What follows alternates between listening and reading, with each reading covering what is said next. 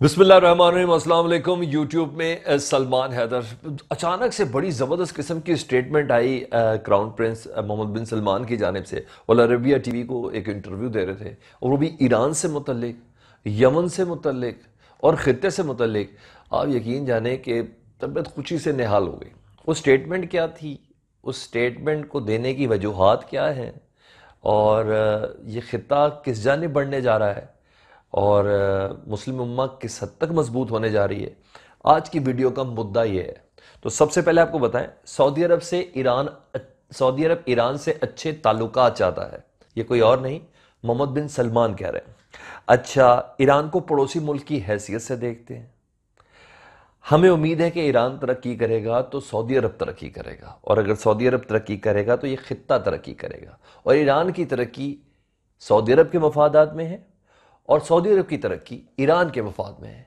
ये कोई और नहीं, क्राउन प्रिंस एक्चुअली किंग, वो कह रहे हैं मोहम्मद बिन सलमान। अल अरबिया टीवी को 1.5 घंटे का उनका इंटरव्यू था। अच्छा, खित्ते की तरक्की के लिए ज़रूरी है कि ईरान तरक्की करे, ये जुमला भी उनका है।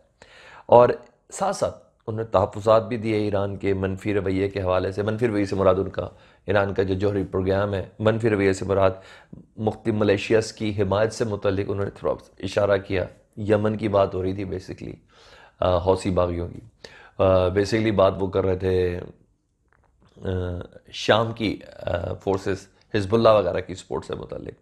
और साथ साथ उन्होंने इस उम्मीद का भी इज़हार किया कि सऊदी अरब ख़ित्ते के दीगर ममालिक से ज़बरदस्त ताल्लुकात के लिए बाकायदा राब्ते में है और स्पेशली ईरान के लिए कंफर्ट जोन बनाने की कोशिश भी कर रहा है। और उन्होंने अपने पूरे इंटरव्यू में ना वो ईरान से मुतल्लिक बहुत ज़्यादा पुरुमीद नज़र आए। अच्छा, ये अचानक हो गया और हमें अचानक एक इंटरव्यू के ज़रिए पता चल गया, ऐसा नहीं है। ये मैंने आपको बताया, लेकिन इसकी थोड़ी सी मैं बैकग्राउंड बताता हूँ। ईरान और सऊदी अरब के हालात अकीदों के हवाले से शुरू से बहुत ज़्यादा ख़राब है, और स्पेशली जब ईरान ने बबांगे दौल अमेरिका का जो यार है, गद्दार है के नारे लगाना शुरू कर दिए, तो फिर सऊदी अरब ने उस वक्त, और इस इंटरव्यू में भी मोहम्मद बिन सलमान ने कहा है कि अमेरिका हमारा स्ट्रेटेजिक पार्टनर है, तो उस वक्त सऊदी अरब अमेरिका की गोद में चला गया। और फिर आपको बहुत अच्छे से याद है इराक और का कुवैत के ऊपर हमला, ये सारी वो प्रॉक्सी वॉर्स थी जो एकदम सामने आई थी, लेकिन हर एक के अंदर कहीं ना कहीं सऊदी अरब शरीक ज़रूर रहा है। यानी अमेरिका की मदद के बगैर कभी भी इराक का, मैं 90s की बात कर रहा हूँ, बुश सीनियर के दौर की बात कर रहा हूँ, जब कुवैत पे जो हमला था वो नहीं हो सकता था अगर अमेरिका की जानिब से एक ख़ास सपोर्ट ना होती और सऊदी अरब का मुंह सामने ना होता, ऐसा ना होता। फिर गेम पलट गई, फिर ये सारी चीज़ें रिवर्सल होने लगी, इराक कुवैत से वापस चला गया। ये एक लंबी सी एक स्टोरी है, लेकिन बहरहाल मैं आपको बता रहा हूँ कि सऊदी अरब अमेरिका सेंट्रिक हो गया और ईरान ने एक अपना स्टांस बाकायदा तौर पर बड़ा क्लियर रख लिया। ऑल दो 2016 आ गया, मुमताज़ एक शिया आलिम थे, उनका नाम था आलिम थे शेख अल निमर।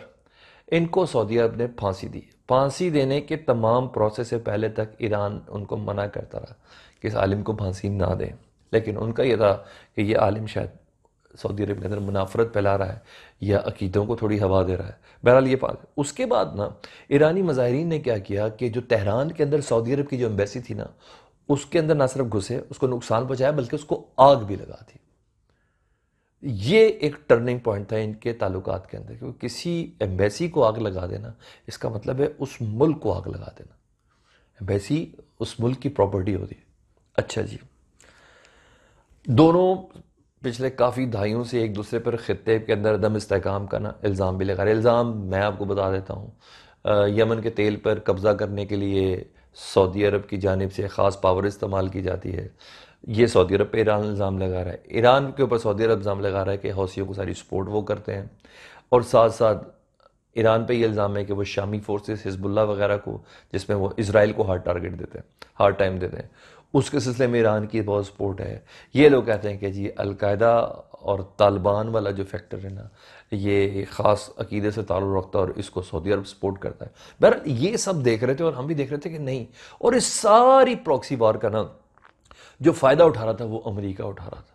अमेरिका ने अंबार लगा दिया असले के ना जी सऊदी अरब के अंदर। सऊदी अरब ने सारे तेल का पैसा दिया, और फिर जब एक जबरदस्त तलवारों की लड़ाई आपको याद होगी, फ्रेंडली जो वॉर थी डोनाल्ड ट्रंप साहब की और किंग सलमान की, तो वो बड़ी ज़बरदस्त थी, उसमें अरबों डॉलर के कॉन्ट्रैक्ट हुआ और ये सब हुआ। यानी हर देखने वाले को ये पता चलता है कि ये दरअसल किसी के लिए नहीं, ये ईरान के खिलाफ हो रहा है। सऊदी अरब का किसी से कोई पंगा नहीं है।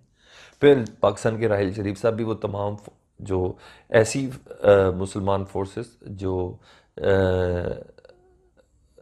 इस खत्े के अंदर सऊदी अरब के हम जहन हैं, उनका एक इलाक बना, उन फोर्सेस के सरबराह को राहिल शरीफ साहब बन गए। और फिर हमने देखा कि मुसलमानों के हाथों ही हौसियों के ऊपर हमले होने लग गए। और फिर ये सब एक तवील कहानी नहीं, लेकिन एक शॉर्ट सी मैंने पिक्चर ड्रा करना बहुत ज़रूरी है, क्योंकि प्रिंस सलमान का ये इंटरव्यू, और इस इंटरव्यू में इतने एतराफ़ात, इस इंटरव्यू में इतना सॉफ्ट हार्टनेस, इस इंटरव्यू के अंदर इतना उनका पुरुमीद रहना ईरान से मुतल्लिक, ये आपको समझ आएगा तब जब तक ये बात नहीं होगी। अच्छा जी, अब रॉयटर्स कंफर्म कर रहा है कि इराकी वजीर आज़म मुस्तफ़ा अल काज़मी की मदद से बगदाद में सीनियर ऑफिशियल सऊदी अरब के और ईरान के इराक की सरजमीन पर इस महीने में 2 सेटिंग्स कर चुके हैं कि खित्ते के अंदर ताल्लुकात को कैसे बेहतर बनाना है, जिसमें रॉयटर ही कंफर्म कर रहा है कि ईरान का जो जौहरी प्रोग्राम है ना, उसके सिलसिले में भी गुफ्तगू हुई है। दोनों पार्टी 2 सेटिंग्स हो चुकी हैं। अच्छा, इसके बदले में सऊदी अरब क्या मांग रहा है और ईरान क्या मांग रहा है, इट्स अनदर थिंग, ये अभी तक इनसाइट्स नहीं है। लेकिन ये मैं आपको बता दूं, आला तरीन एक शख्सियत होती है किसी मुल्क का वज़ीर आज़म, इलाक़ का वज़ीर आज़म है, वो फैसिलिटेटर का किरदार अदा कर रहे हैं। अच्छा, इन मुलाकातों के हवाले से रियाज मुसलसल डिनाई कर रहा है, यानी सऊदी अरब डिनाई करेगा नहीं ऐसी हुई, और ईरान सिर्फ खामोश है। लेकिन हाँ, साथ में ईरान इस तरह के बयान दे रहा है कि सऊदी अरब के साथ मुज़ाकरात को हमेशा ईरान खुशाइन देखता है। इस तरह के बयान भी आ रहे हैं। जारी बात है अभी तक ये किसी मंडेर नहीं चढ़ी, तो लेकिन बहरहाल ये काम शुरू हो चुका है। इसकी वजूहात क्या हैं जी? इसकी वजूहात 2 हैं। एक तो अपने इस इंटरव्यू के अंदर भी बोला प्रिंस सलमान ने, मैं बार बार प्रिंस कहता हूँ, इनफैक्ट एक्चुअल मोहम्मद बिन सलमान एक्चुअल किंग भी वही है, क्योंकि 2017 के बाद सारे फैसले उन्हीं से ही हो रहे हैं, हर गैर मुल्की सरबराह से वही मिल रहे हैं जाके। अच्छा, उसके बाद ना उन्होंने ना कहा कि हौसी बागी जो है ना, वो दरअसल अरबुल नस्ल है, और खित्ते के अंदर कैसे रहना है तो ये अरबुल नस्ल लोगों को ज़्यादा बेहतर तौर पर मालूम है। तो वो चीज़ जो हम बहुत अरसे थे कि सऊदी अरब बहरीन से मुतलिक तो कहता था, मुत्तहदा अरब अमारात से मुतलिक तो कहता था, कतर से मुतलिक भी एक सर्टन स्टेज तक उसने कहा, लेकिन कभी यमन से मुतलिक नहीं कहता था। तो सऊदी अरब भी ये चाह रहा है कि रोज़ रोज़ का जो थ्रेट है ना, जो सिर्फ एक ही जगह से आ रहा है, वो मिसाइल अटैक्स होते हैं जी, रिफाइनरी पे हो जाते हैं, महल की जानिब होते हैं जो रास्ते में उड़ा दिए जाते हैं, लेकिन एक मुसलसल एक थ्रेट है सऊदी अरब को। और आपको ये भी बहुत अच्छे से अंदाज हो चुका है, दुनिया का वाहिद मुल्क है सऊदी अरब जो अपनी कुल इकॉनमी का और कुल पैसों का ना मैक्सिमम हिस्सा ना सिर्फ अपनी सिक्योरिटी के ऊपर, शख्सियात की सिक्योरिटी के ऊपर लगाता है। तो ये एक ऐसी चीज़ है।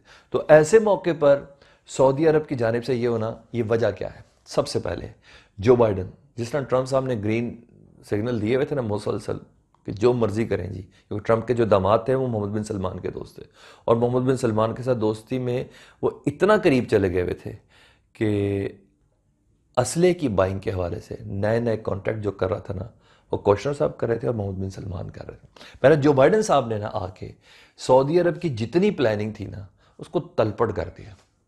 उन्होंने कहा सऊदी अरब के साथ जो असले की डील है रीनेगोशिएट होगी। अच्छा, सऊदी अरब का जो यमन के अंदर किरदार है उसके ऊपर वाज़ेह तहफ़्फ़ुज़ात है, हमें ये बोला।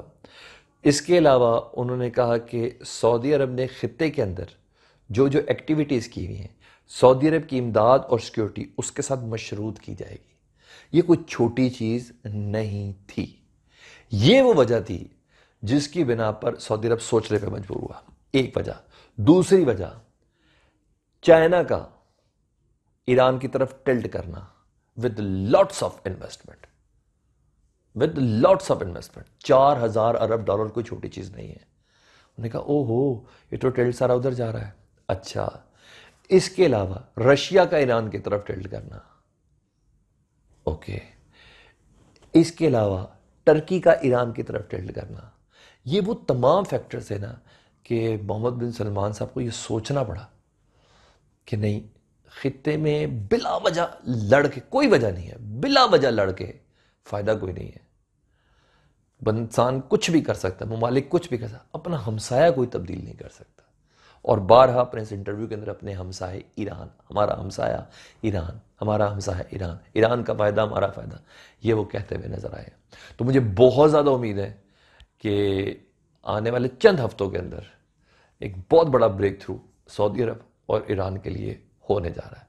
फिर देखेंगे कि ये असले के अंबार जो है ना, ये कहाँ इस्तेमाल होते हैं। क्योंकि अगर ईरान के साथ सिटिंग बगदाद के अंदर हो रही है ना, तो किसी नतीजे पे निकले, और मुझे निकलती हुई नज़र भी आ रही है। फिर ये इलाका अमन होगा और असला कहाँ इस्तेमाल होगा, ये एक बहुत बड़ा $100 मिलियन का एक क्वेश्चन है, जिसका मैं भी जवाब ढूंढता हूँ, आप भी जवाब ढूंढें। अगर ये वीडियो पसंद आई है तो प्लीज़ इसको लाइक कर दें, सब्सक्राइब कर दें, बेल आइकॉन दबा दें, और अगर नहीं पसंद आई तो इट्स ओके, हम नेक्स्ट बार